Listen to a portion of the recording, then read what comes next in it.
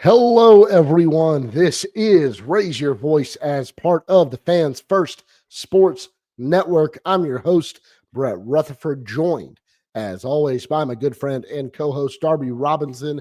We are live on youtube.com/at Raise Your Voice and also available wherever you get your podcasts. Though, if you're watching on YouTube, make sure to like this video, subscribe to our channel, and turn on those notifications so you can join us whenever we go live. If you really want to say thank you and you love what we do here on Raise Your Voice, head on over to patreon.com/raise your voice, where you can become a member for as little as $1 a month. And if you are signed up for a paid membership, check your inbox. I think I've got a couple more to send out, but we are trying to get off the ground our Raise Your Voice Slack channel, where you can talk baseball with Darby and I, even when we are not live on the podcast. So that's for paid members. And again, as little as $1 a month, that can get you into the Patreon, and we would greatly appreciate it. Though everything you get on this podcast, though, will remain free. This is not going behind a paywall. This will remain as part of your regularly scheduled programming. Darby, I think we were really optimistic last episode before the start of the season. That Rocky series, I think, reinforced a lot of the things that we felt could be great about the Rays this year, the things that were headed in the right direction. And then it continued a little bit with the Pittsburgh series. You took 2 out of 3 there as well. But after losing that last game against Pittsburgh and then going to the House of Horrors that is Globe Life Field in Texas, you lose 3 against the Rangers out there. The Rays are now on their first losing streak of the season. They lost 4 in a row. And I think we're going to spend some time in this episode breaking down, talking about some of the things that maybe are fears about this team moving forward. And we're 9 games in. We're not even a 10th of the way into the season. But there are some cracks in the armor. And I think that's something we can kind of discuss and work through, but it's still early. But how are you feeling after the Rays, have lost 4 straight now? I don't think I feel any different. Nothing's really changed my outlook on the season so much from this start. There's definitely some things that I'm more pessimistic about on certain, on the macro level on certain players, but then there are some things the team is doing that I'm a little bit optimistic about to see if that continues. So it evens out to basically being fairly neutral on the course of the season. The Rangers series was definitely a bummer of a series. It's a very annoying series. Anytime you play the Rangers, just sick of playing the Rangers in general. Never want to play the Texas Rangers ever again. Yeah. They're a frustrating franchise for the Rays. They've lost for years now. It's just one of those things. They're kind of snake bitten by the team. It was a very close series though. It was not, it was a sweep, but each of those games were very winnable. They were kind of right there. And 2 of them were basically given up by, it got into the bullpen. It was a bullpen matchup that the Rays lost in both of those. And that's stuff that you would take, if you have a chance to win a series when you are tied late and it's your bullpen versus another team's bullpen, you're taking that 10 out of 10 times. I want that every single time. So you roll the dice, you re-roll it. Maybe the Rays come away with 1 win. Maybe they win the series. They lost both of those dice rolls. It happens. I'm not too down on them from that. But there's definitely some things early on that I would like to see improved. And if it continues to trend that way, that's when we're potentially into some trouble. But 9 games in, the only way to fail is to panic, basically. Yeah, definitely. Before we get into more Rays talk, I did go to my first 2 Durham Bulls games last week. Only made it to 2 of the games of the 6-game series. And so just kind of wanted to share a few notes that I had from those 2 games. The first is that there's plenty of pitching depth in Durham for the rotation, I think, and for the bullpen. We talk about guys like Paul Gervais is a guy I got to see for the first time live in Durham. The stuff is just could play in the big leagues right now. Joe Boyle is the starter that I thought I saw him in his first start. I thought looked really sharp. I know there's some concern about the command there. But ultimately, I think the Rays are in a really good spot with him right now. I think they want to leave him in Durham for as long as they can this season. He's probably only getting called up if you have an injury to your starting rotation. And that's, maybe even after Shane McClanahan comes back. I just think they really want to work on honing in his stuff, but the fastball is electric. And if he can figure out the command, even just a hair, he could play a big role for the Rays. Chandler Simpson, speed looks real. We saw him hit an infield single to first base I was not there for that game. I was going to ask, were you there for that? Yeah, that was incredible. That blew up the internet a little bit. I was not there for that game. And in fact, the game that I was at, Simpson, and I was kind of learning a little bit more about strategy with the new pickoff rules, right? You get 2 disengagements when a runner is on.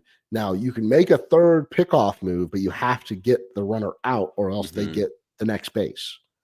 Right. And so there was Eloy Jimenez was up to bat and Simpson was on first. And it's one of those where everybody in the ballpark knows that he's stealing. And it was really interesting watching the pitcher when he used his disengagements.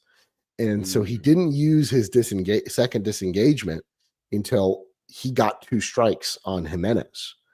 And so now you're in a spot where you use that second disengagement and there's 2 strikes, which means if Simpson steals, that doesn't stop Jimenez from swinging and potentially putting a ball in play.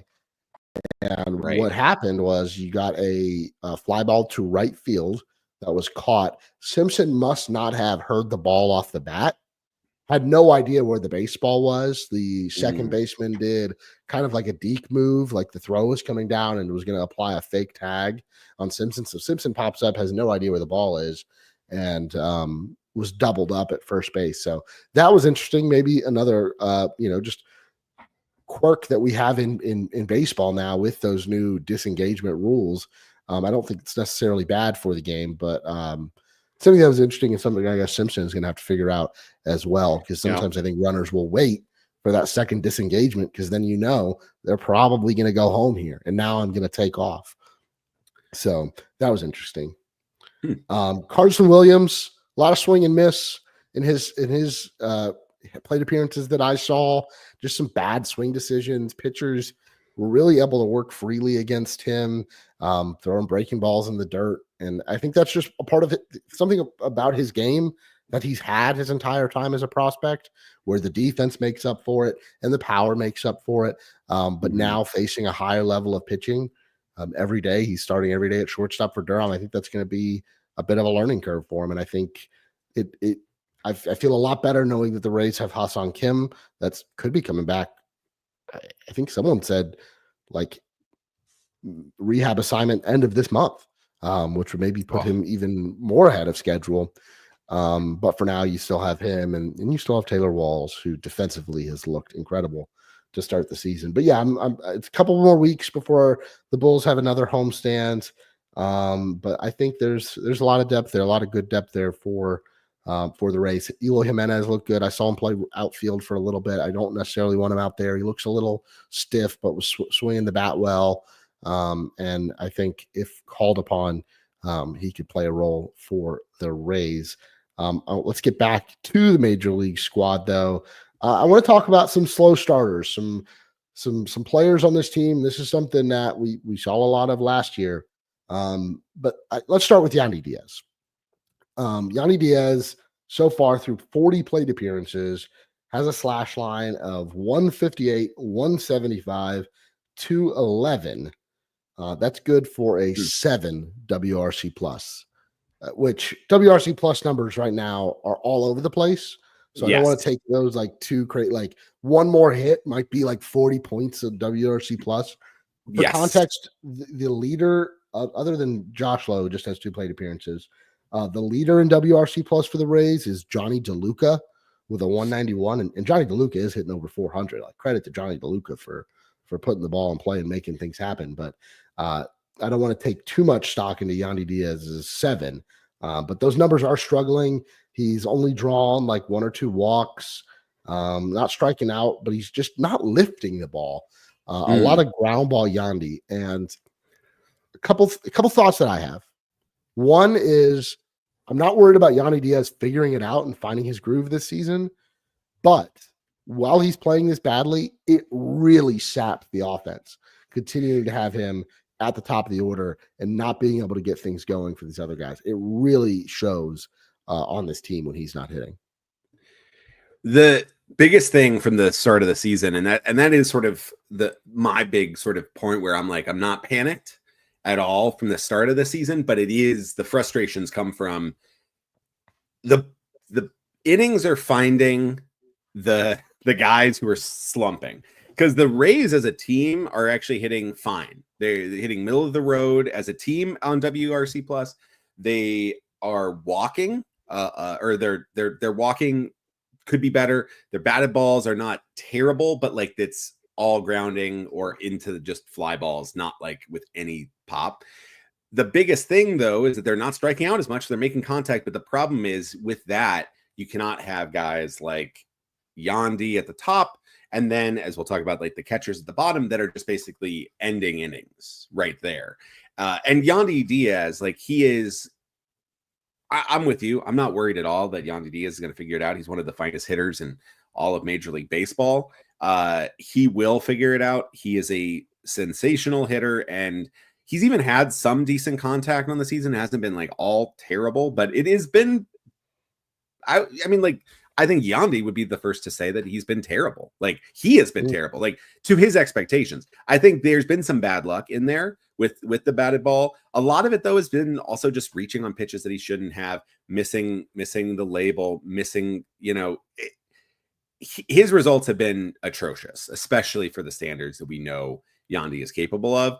And as a leadoff guy, that is kind of starting every inning, kind of down. And we've sort of seen this with like the team, as we've seen some pretty good explosion from some random sources like Cameron Misner and Jake Mangum, because those guys are putting much better contact on the ball than Yandy is right now. Now he'll figure it out, but until then, it definitely like limits, where this offense can go.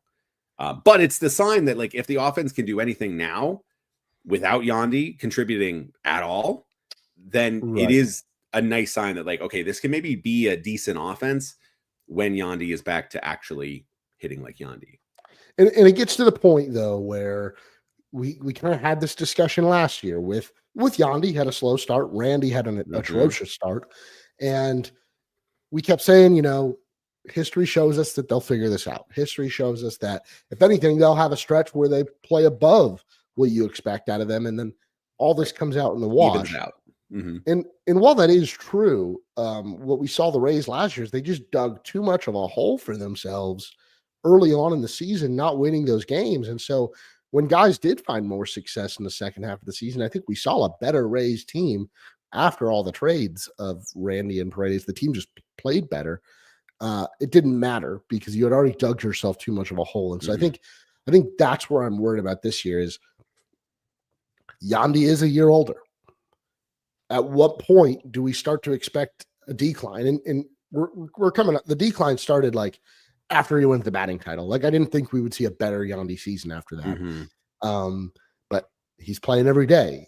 Do we need to have a lesser role for him? Do we need to give more plate appearances to Jonathan Aranda, right? Who looks really good to start the year.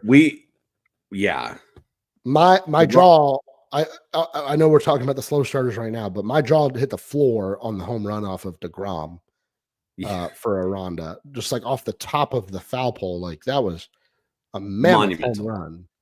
He's got that in his bag, man. Like he could have a long career in the bigs.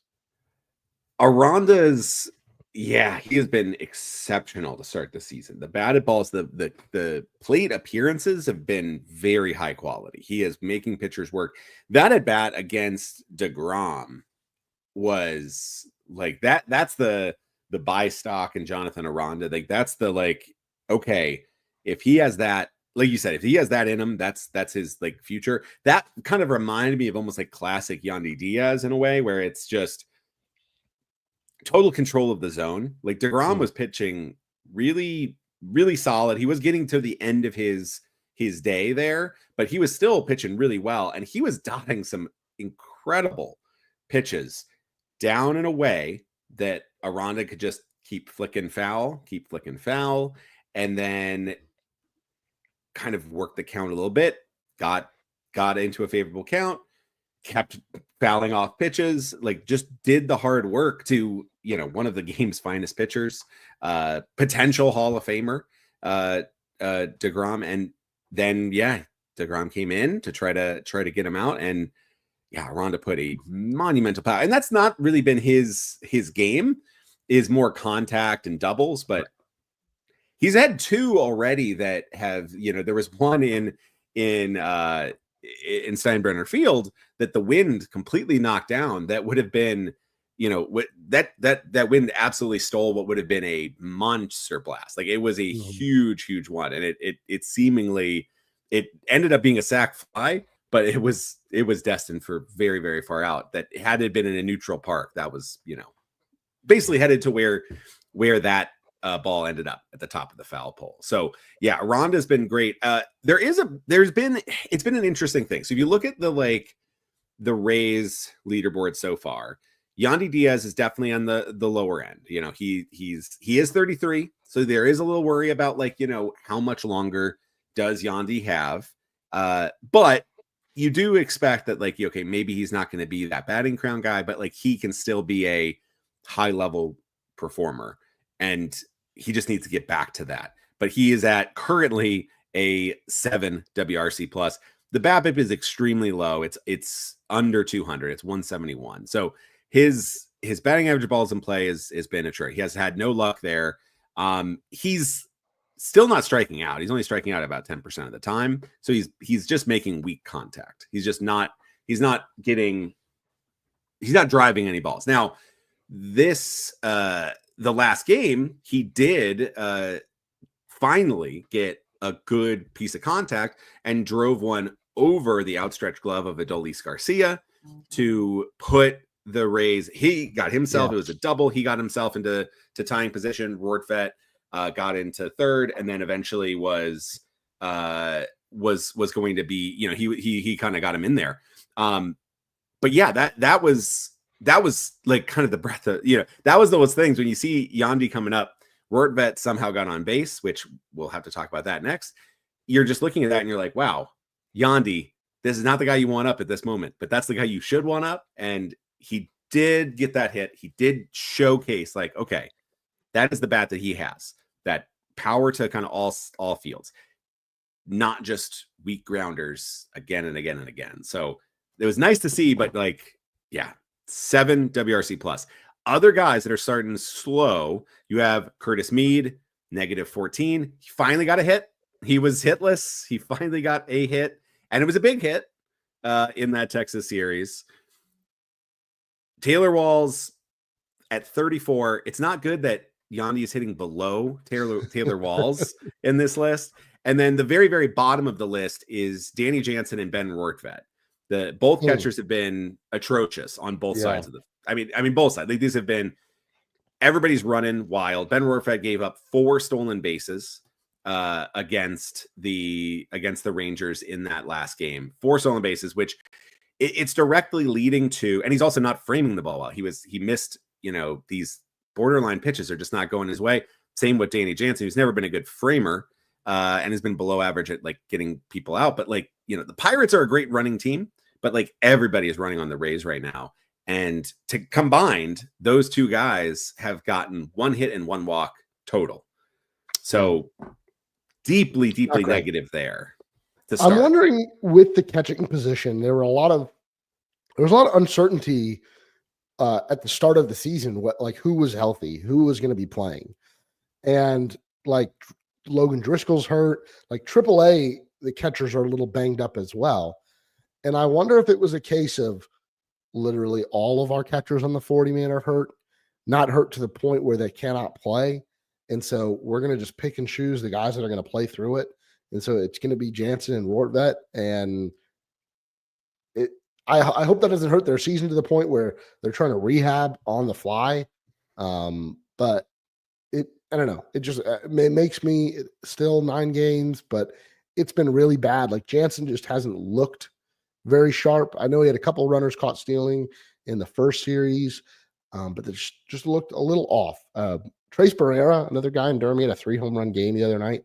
I'm not going to say that they need to call him up based on 1 3 home run game, but I think that is another guy you have down there. Now he's not on the 40 man, so you'd have to make a move, but it's been disappointing from Jansen and Rortvedt. And I think Rortved's like lack of playing time. What does he have? 2 games? Yeah. 3 games. Showed 3 games. It's 6-3 right now. So yeah, they're splitting up the playing time maybe a little bit more than they thought they would. I think it's just kind of wait and see. I mean, if this carries on, obviously it's worrying, but you think Jansen is going to turn it around at some point. Yeah, and I think the thing with Jansen is like, he's not going to be able to be a great defensive catcher, but he can provide, a good bat. Like he's been a good bat in his career, and he can do some things really well. He can block like exceptionally well, and he is not a complete disaster throwing out runners. He has been so far, but that can also sometimes be on a pitcher.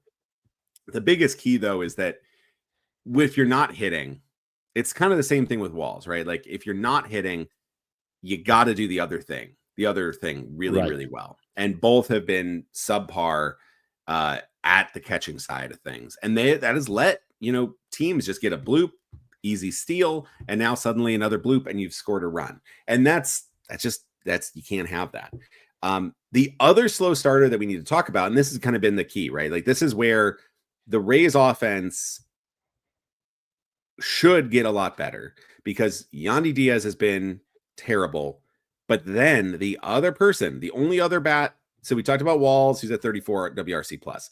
Negatives are Mead, Jansen, and Rortvedt, both in the negative range, -14, -21, -61, respectively. Yandy at 7. Single digits is also not great. But then at 67 WRC plus, the only other batter that's below 100, with 100 being average, is Junior Caminero. Junior has he has no home runs. This is a big sort of factor. Besides pretty much Brandon Lau, there's really no like home run pop in the lineup. Aranda showed it. Misner got the walk-off. Those are the other home runs. 1 for Aranda, 1 for Misner, 3 for Lau. Everybody else, 0 home runs. And with Caminero especially, the tricky thing is no balls that are really getting out of the infield when it comes to his hits. All of his hits have been kind of just barely out of the infield grass, or in, just kind of down the line a little bit. Like none of that, like to the wall, threatening those homers that you kind of want to see from Caminero. He's had some really bad batted ball luck as well. He's had some hard hit double plays. He's had some balls smoked right into gloves. But it is still like, early on in the season, if those aren't falling, if he's not putting in consistent hard contact, or he's not getting those hits, it's really hard to generate runs when your leadoff guy, and Caminero has been pretty much like in the 3 hole or the 4 hole. It's hard to string together runs when those 2 key bats are not producing. Yeah. Junior Caminero, I mean, his bat speed has gone up. Elite. It's the number 1 bat speed in Major League Baseball. I got to take a closer look, but I wonder if he needs to maybe develop like A swing, B swing, C swing, and be able to adjust for different counts. Caminero is another guy who just feels like he's gotten a little bit unlucky. He's not striking out a ton. He's only struck out 4 times over 31 plate appearances. So still walking at the same rate that we've become accustomed to with him, which is, around, he's at 6.5% for the season. So I don't know, like I'm not worried about him, but it's one of those things where the lack of production, not talking about performance or talent here, but the lack of production is hurting the team. Like the fact, like we both agree that if the Rays are going to win games this year, you need Yandy to get on base a ton and Junior Caminero hit a bunch of home runs. And those aren't happening right now. The thing that's interesting is Caminero's bat speed is 100th percentile. He is elite level bat speed. He the lack of strikeouts is big because that was one of the big detriments to him, right? Was too many chases, too many whiffs, too many strikeouts. So he's down to 12.5%. So that's really encouraging. The biggest issue though so far is he has just not had, while he's had some bad luck, the batted balls are not good enough. Like, I mean, if you look at his expected rates, they are all basically the exact same as his results. You know, he has not deserved better. His BABIP, his batting average of balls in play, is at 280, which is pretty much right where it is for his career. The expected batting average is actually 30 points lower than his average. His X slug is about 5/100ths lower, so pretty much identical. His X WOBA is also a little bit lower, about 17 points. So like pretty much what you're seeing so far has been the results that he should have had. There's been a couple bad luck of like placement, but the other, you know, kind of worst contact has also gotten hits. So it's kind of evened out in a lot of ways. So the biggest key is 0% for the barrel rate, 36% for the hard hit rate. You know, he's just not hitting the ball hard. He's not squaring it up. He's not driving the ball. So like if he starts hitting the ball hard, like he can, then the hits will come, right? You can't, you know, you can't aim where you're going. You just hit the ball hard and eventually you're going to find grass. You're going to find one in the gap. And so for Cam Minero, the goal is just, you know, he's gotten some lucky hits. He's gotten some unlucky breaks, but for the most part, he's hit the ball harder. It's overly simplistic, but that's just the way it is. Have you, maybe I'm overthinking this a little bit, but the fact that we're already on another off day today, but Cam Minero has had 2 off days already. I wouldn't call them off days. He came off the bench in one of them. So you could say he was strategically left out of the lineup. Was that shocking to you in any way? We saw it last Sunday. We talked a little bit on last week's pod about why the lineup looks the way it did. You had Mangum coming up and Meisner was up because Josh Lowe, like you had to mix around the lineup a little bit. But then he was also out of the lineup against DeGrom. And do you think that's like a strategic thing, or is that we're just kind of giving him his off days early and keeping him fresh? I don't know. I think it's a really good question. It does seem like I mean, he's played in 9 games, pinch hit for 1. So started 7 out of 9.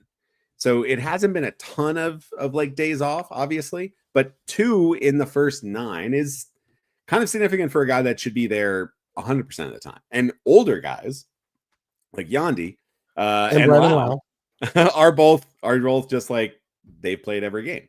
So yeah, it's a little odd. It's a little odd to me. I was expecting him to get maybe like 1 off day in this first stretch with the natural off days sort of scheduled in.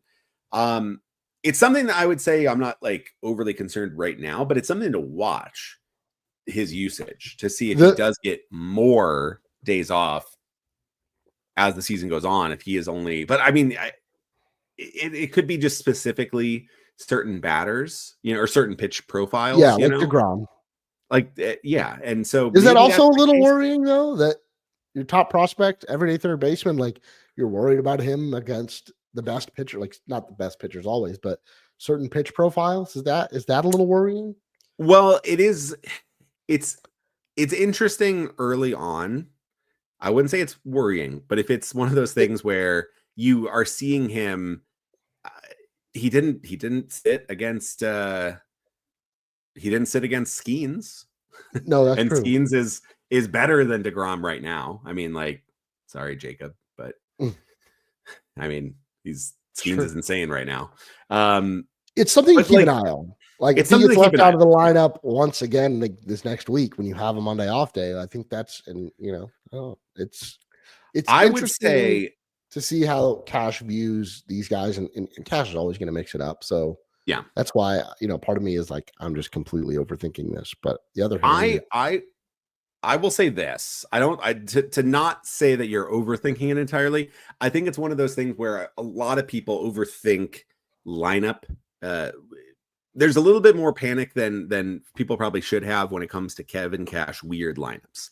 And I think there is some benefit to lineup placement of certain guys. Obviously leadoff gets a lot more at bats. There's, a significant number of more at bats if you're batting leadoff throughout the season than you are batting 8th or 9th. But overall, I think you can kind of mix and match that quite a bit. And there is a lot more now with bat tracking data that like you look at swing plane. We've seen this with a lot of teams where like this guy's higher up, but it's because the way he swings and the way this guy's top pitch goes, they kind of line up perfectly over guys that maybe have a different swing plane. So there's a lot of things that are not necessarily in the public sphere that go into these decisions. And I think overall the difference between like, okay, Jake Mangum's batting 2nd and Christopher Morel is batting 5th. And if they swap them, it would make a lot more sense. But it's like overall, I think those are the nitpicking things, but there's still things to look at. There's still things to watch as it goes on. And like, who is into the lineup at all?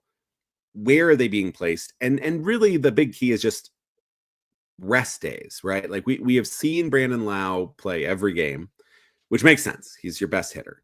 You've seen Yandy Diaz in every game because he is probably your best contact hitter, or should be. You're seeing Christopher Morel play a lot less, more of in a not a platoon role, but like he's played in 5 games out of 9, so like about half of the time. And so you are seeing that he is more of a situational player rather than locked in starter. You're seeing a fairly normal split with the catchers. You're seeing Janny Danson get basically 2/3 of the amount. He's not getting a 3/4 amount. He's getting 2/3 with the off days that seemingly suggests makes sense. I think with Caminero, it isn't to the point where he is, if he was playing as much as Christopher Morel, I'd be a little worried because you're now looking at him as more of a situational player, but it is something to watch as you go forward that when is Junior Caminero getting those days off? And is that a lot more than we were expecting? Like this is a guy that should be playing 150 games this year. So you're going to have about a dozen off days no matter what. Is that going to be instead 135 games this year?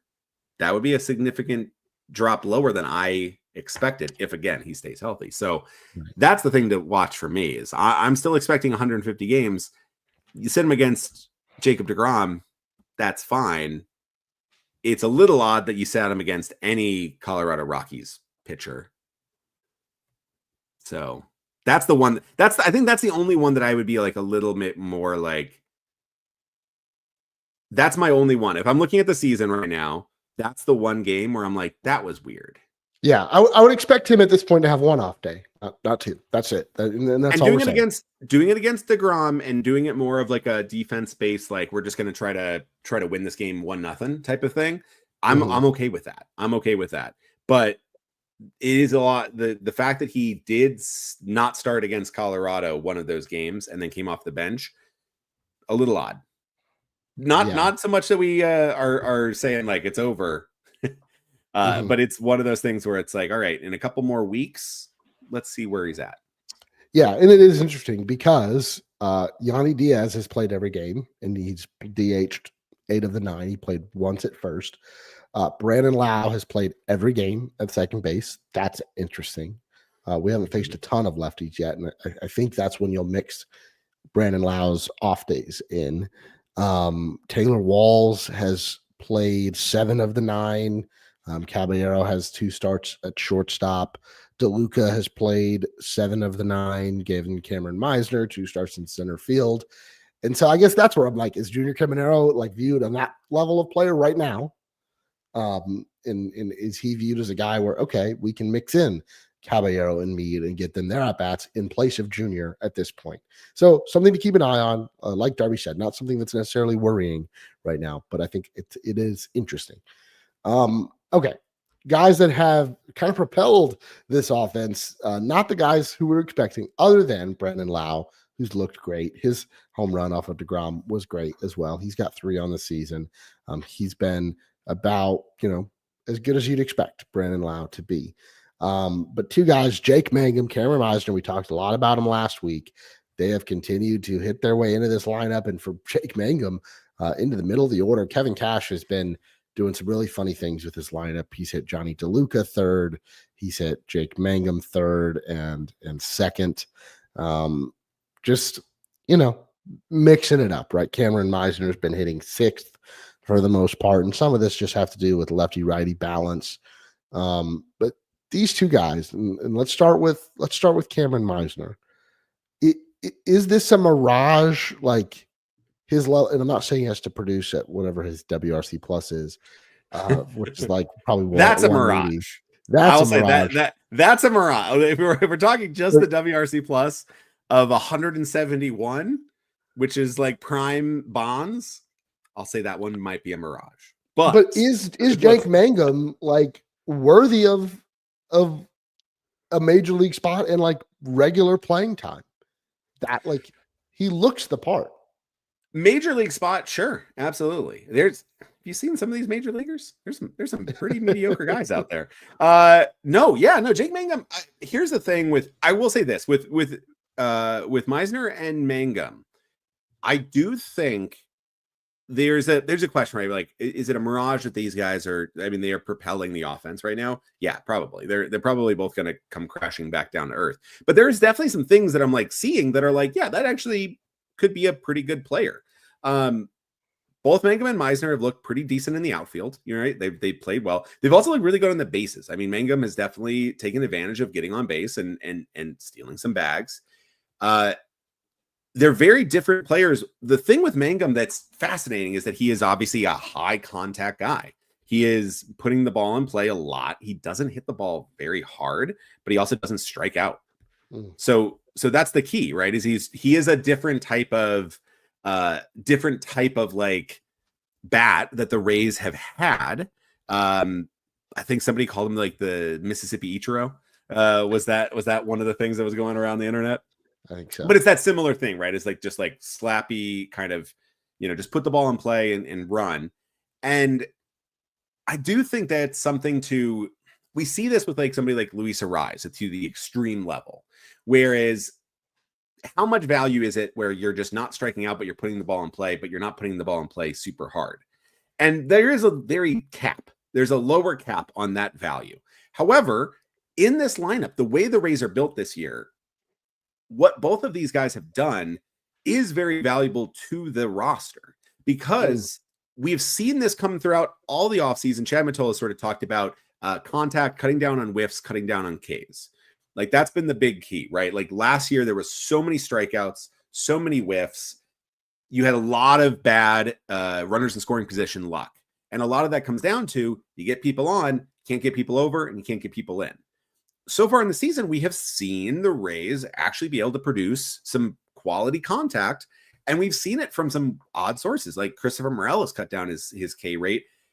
There was a run. The first run of the game was directly related to Christopher Morel getting a 2-strike, soft, kind of almost swinging bunt to third to get Mangum over. Like that's a big key, right? If you strike out there, you don't do much. Now, that same inning after Mangum was brought in, you had a grounder that went right for a double play hit by Meisner. So if he strikes out, you're still hitting that inning. You put the ball in play, you'll sometimes get double plays. But the Rays have been in the top 5 on the season for K rate. They have been really, really good. They have not been striking out. They've been putting the ball in play.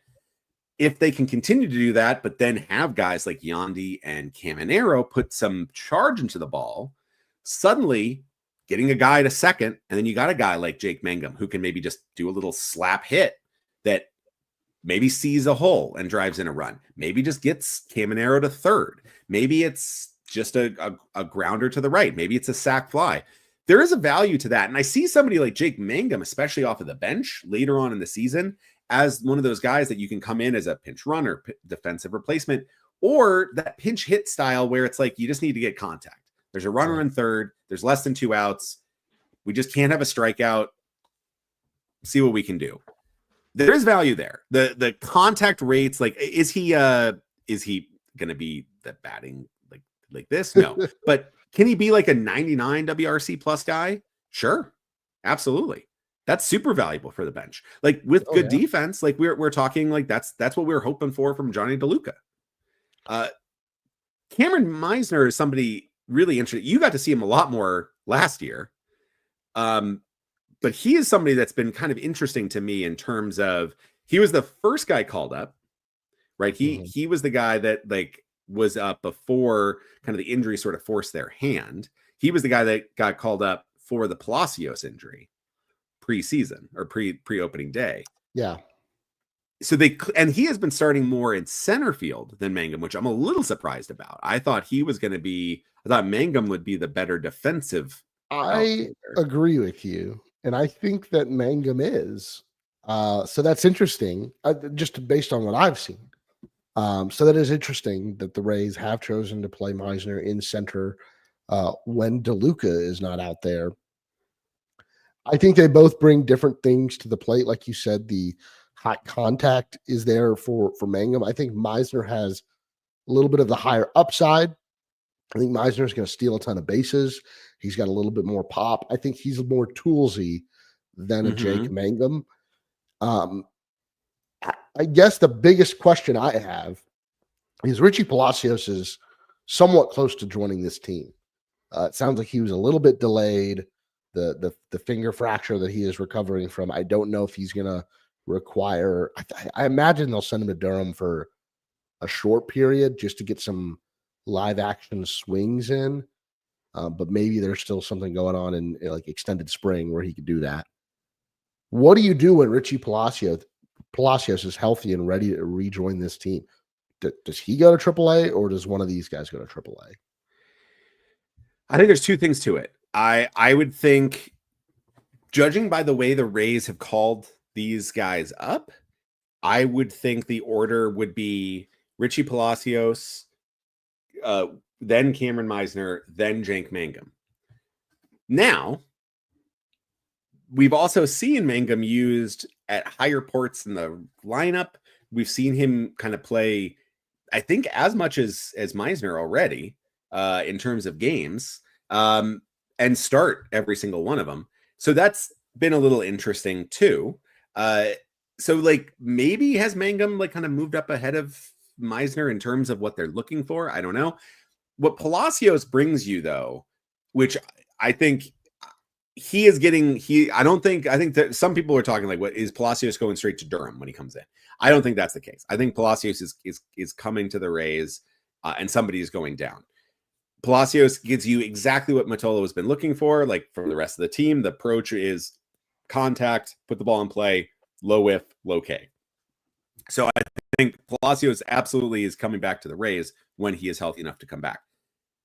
There is a chance with the injury to Josh Lowe kind of being a big factor and the really, really slow and sluggish start that Curtis Mead has had, that the answer is neither of the two Mangum or Meisner M boys, but the other third M in Curtis Mead going down. Mead is not somebody that can bring you a lot of defensive versatility more than Eloy Jimenez. But when you get Palacios back, suddenly you now have a guy that can play second base and corner outfield. Whereas Curtis Mead has played first base. Like you can maybe put him at second. Brandon Left's been playing the whole time. You can maybe put him at third. You don't really want to. But if you're looking at this lineup, like when do you play Curtis Mead in the field? Curtis Mead has also only played in a few games and he's pinch hit in a couple of them. Like Jonathan Aranda has, I mean, they have not placed a lot of lefties. I think that is a big key. But like Jonathan Aranda has basically forced his way to be an everyday player. His at-bats are way too competitive. And so it's hard to see, for me, it's hard to see Curtis Mead's role on this club besides just basically on the bench. And so you really got to look at, to me, is Curtis Mead off the bench more valuable as a pinch hit righty against a lefty and an occasional short side of the platoon guy? Or do I want just Jake Mangum, who is a switch hitter, who can bat righty in that role instead? Because he can be the short side of the platoon guy, but he also gives you a pinch runner and an outfielder to replace, Christopher Morel when needed. I think that's like focusing on Curtis Mead a little bit right now. That's the toughest thing. It's hard to knock a guy for not producing when they're not playing even somewhat consistently. But then who is Curtis Mead taking plate appearances from? Yandy Diaz and Junior Caminero, or Right. Jonathan Aranda, right? Like, no, I want all three of those guys to play, and I want them to play a lot. So what does Curtis Mead do? He can't be second because then it's Brandon Lowe. Right. And right now, would you take Brandon Lowe against a tough lefty or Curtis Mead? I don't know. I've seen Brandon Lowe have some bad at bats against lefties, but I also know that when Brandon Lowe connects, it's a home run. And I haven't seen that yet from Curtis Mead. And so that's the issue with Curtis Mead. It's kind of why, like, when he was kind of coming up, I think we floated the idea of maybe they should try to go after another type of player and use him as a trade piece. Now I don't know what the value is there. The guy the Rays originally traded for him is doing all right for the Philadelphia Phillies, Christopher Sanchez. I wouldn't mind having a guy like him right now. And again, I don't think I think Curtis Mead could figure it out and be a decent player. I don't know where that's going to happen with the Rays. Another reason why we thought Eloy was the choice, right? Like, where does Curtis Mead play on this team? And the choice for that was because you're like, okay, you just want a guy that's on the bench and be like the occasional, it's not a glamorous role, right? Like that Curtis Mead is to like, and you're right. It's like he's basically just coming in against lefties and he's maybe getting a pinch hit role. That's 2 of his 5 appearances have been as a pinch hitter. He has 3 starts on the season. Like, that's not much. He's not played a lot, but his breakout during spring, and it is exciting to see him win the job. The breakout through spring was also a little concerning to me because it was still like, where's the power? Where is the doubles? Where is the homers? Like, I think that's a big concern that I still have. And so when I look at that, I look at, okay, what are the at-bats that we're working on? Cameron Meisner is somebody who coming up, he's mentioned it, very toolsy, but like tons of walks, like really good bat, like had a great eye, just a huge hole in his swing and would strike out, 35% of the time. Right. So like tremendous strikeouts. This year, I feel like his at-bats have been way more competitive. He has, like this is a guy that it's hard to compare because he has not had a lot of major league experience, been mostly in the minor leagues, but you have a 35% K rate in AAA, you're going to be destroyed in the pros. So far in the majors, like he is at a 20% K rate on the season. Totally reasonable. But I've also seen him in some tough counts and put the ball in play and get contact, which those are the type of things I was looking for, right? It's like, he's not going to go from, never striking out or striking out all the time to never striking out. That's impossible. It's just, can you strike out at a reasonable rate? And can you make a little bit more contact to be a little bit more productive? Yeah. And if he can K at like a 25%, like a sub 30% K rate, that can be a player. Like that can be the thing. And like his defense looks pretty solid. If he has some pop. So it's like, if you have an under 30% K rate, if you have a 25% K rate with that power, with that ability, that's suddenly a very valuable piece. And you're going to be a little bit more of a runway with Josh Lowe out. It's kind of, it's your poor man's Josh Lowe in a lot of ways, right? It's that speed, power, and fielding that Josh Lowe has, but just, a good couple steps down because he doesn't have that same ceiling that Lowe had. But one of the big reasons Lowe had that ceiling was because he didn't strike out at that crazy high rate. He was able to have a better control of the zone. He had better speed in the field. So I'm looking at that and I'm like, okay, I can see Meisner's role. And if he continues to hit the way he's done, you can get him starts. Like that's pretty valuable. I can see Jake Mangum's role, right? Much more in that contact rate. Very low power, a lot of contact, good defensive guy. You can put him in the outfield. You're not worried about it. I'm really having still a hard time with Curtis Mead's role on this team as it's assembled. And I think the role is that Curtis Mead has a much better bat, a much higher ceiling with the bat than both of those guys. then Meisner, then Mangum, then Caballero, then Walls, obviously, then Palacios. His bat should be in the top 5 on this current Rays team. And that's not even a slight to the team. I think his bat should be at that level. It's been scouted at that level. Tremendous contact ability with power. But until I see it, like I'm having such a hard time. And I think we're both in a similar way. Like, we want to see this guy succeed. He seems like a really, really good guy. He's been working really hard at it. He had an amazing camp. But like, I just need to see it. I cannot believe in it until I see it. And the biggest problem I have is I just don't know if those at-bats are as competitive as Cameron Meisner's or as productive as Jake Mangum's. And I don't expect Mangum and Meisner to be great throughout the whole year, but you're looking at guys that are rotational bench pieces. And if you're having to choose one to go away, the one that doesn't fit you defensively or on the bases, and the bat is a step behind, I don't know. I think that's my choice. Well, okay, think about it. With Palacios, it's like Palacios gives you another backup at second base. You've already got Jose Caballero. Palacios could play third, so could Caballero. Like, the flexibility is still there. Mangum being the switch hitter, right? You could have another right-handed bat. Mangum can hit right-handed. So I like your idea. But at what point have you played out the string with Curtis Mead, and do you need to, is he a change of scenery candidate? I think that might come sooner rather than later. I want to talk about the next 2 weeks. Very interesting next 2 weeks, all played at home. It will be tied for the longest homestand in franchise history. Starts out with the Angels for 3 games starting tomorrow. Then you get the Braves for 3 games.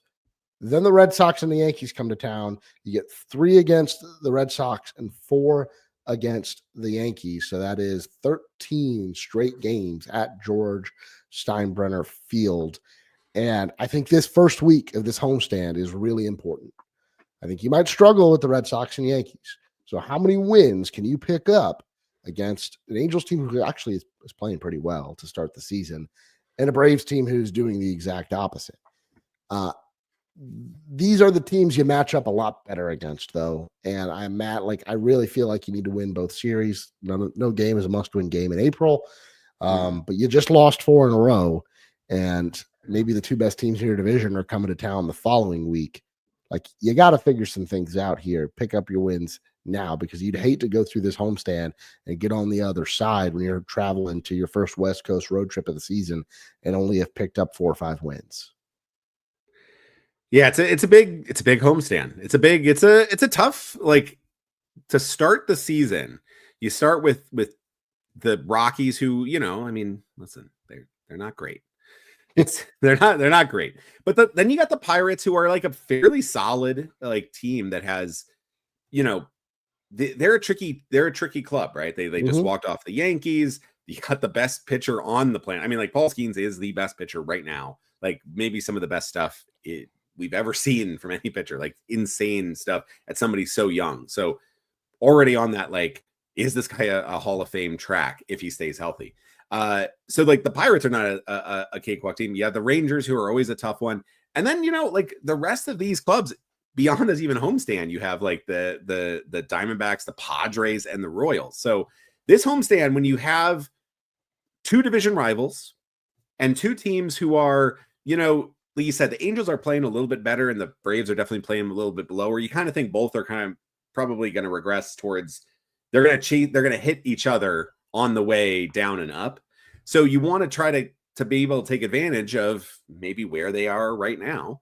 And yeah, you kind of need to hit, you kind of need to get right this series, this homestand, because it's hard to think going on the road. It's hard to think going against these, the Padres are playing amazing baseball right now. The Yankees are playing good baseball. The Red Sox are playing really good baseball, but they are also division rivals. And every game against AL East teams, when it's AL East versus AL East, you kind of throw the records out a little bit, and it sort of goes back to being just competitive ball. And you're at home, you got to try to be able to pick up some of those games. I don't know if I want to put like if you don't win X number of games, like it's a bad, homestand this early. But I definitely want to see competitive baseball. I want to see them, continue like the Rangers series in a lot of ways, like play good baseball, put yourself in a chance to win, but try to finish some of those. Like actually get across the line and not kind of keep losing those coin flips. But I would think at the very least, coming out of this 13 game homestand, you're going to try to want to get at least 7 of those, right? Yeah. Get a winning record against that, kind of be able to kind of position yourself that you can kind of finish off this month and be about 500. You can't make your season with this homestand, but I think you can break it. I think like if you do like lose all 4 of these series, I mean, you're looking at a real big hole and you're playing a lot on the road this summer, and it can be really tough for you, especially in this division. I mean, right now you're in 4th, you're a half game above the Orioles, who are 4-6, right? I mean, that's good. I'd probably put you in first place in the Central. I think the Tigers are 5-4. Everyone's bunched up, right? It's early on, but the Yankees, I think, have showed even with some of the chinks in their armor that they are going to be favorites in this division again. And then the Red Sox, I've liked what I've seen out of the Red Sox. And then I still feel like you're a better team than the Blue Jays, and I think you're going to be right there with the Orioles. So it's going to be a battle, and the wild card spots are going to be tough. I think that once Houston figures things out, maybe the Angels are a factor in that wild card race. And then, Cleveland, Detroit, Kansas City, you're going to be in the pack there. Like you're not, I don't think the Rays are good enough to really separate themselves from that bunch right now. Well, I think you're looking at it at the AL field. I still at this early juncture, I look at the Yankees, I look at the Red Sox, I look at the Orioles, I look at the Jays, and I do see like this AL East is a really competitive division. It's better than all the other divisions in the American League, but I do see it a lot more jumbled together. Like I don't see a huge amount of daylight between each of those clubs. And it is going to come down to like health as the season goes on. So you can see, again, I mean, the Yankees are back to basically one Aaron Judge injury away from being a 4th or 5th place club. But they if they stay healthy, I think they're probably that little edge ahead, but I don't think there's a huge amount of daylight between them and Boston. I don't think Boston is clearly ahead or clearly behind Baltimore. And I think the Rays are kind of right in that list. So this is an opportunity to showcase that you are amongst those teams. I look at the rest of the league too. I mean, Texas is really good, but like you are toe to toe with them. Houston has not, they have a lot of issues. The 2 players of the month or players of the week, both former Astros as of last year, Alex Bregman and Tucker, kind of would like to have them back if you're Houston. Seattle has been really struggling, just got swept by San Francisco. The A's are, just doing their own thing.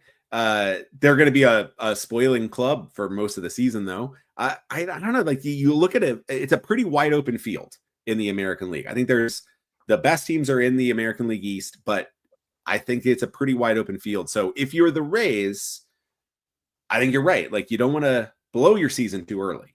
You don't want to dig a hole where, a 7-game win streak just gets you kind of back to where you need to be. You want to be in that position where you can go on a Detroit Tigers style run late in the season, like they did, and then vaults you right into the playoffs rather than needing that to just kind of get into the picture. Right. So the key early on is just kind of hold serve, stay in it, stay healthy, and start putting together some really just this homestand. You want to see Junior Caminero and Yandy Diaz start to look like the real Junior Caminero and Yandy Diaz. If you can start doing that, I think you can start to see the Rays play more like the team that they're capable of. The pitching has been still great. I still really believe in this bullpen. I just think they need 2 of their 4 best bats, 2 guys who are in that list of like players who are top of the league that any team would want in the top 4 or top 5 of their lineups to produce like that. Yep. I agree. I think I felt really good after the first two series. The Rangers series was tough to watch, but I'm excited for them to get back out there against the Angels and get this homestand started. Should be some good baseball. That is going to do it, though, for this week's episode of Raise Your Voice. Thank you guys for listening. We have been live on youtube.com/@raiseyourvoice. If you haven't already, make sure to like this video, subscribe to our channel, and hit that notification bell so you can join us every time that we go live. We're also available still wherever you get your podcasts.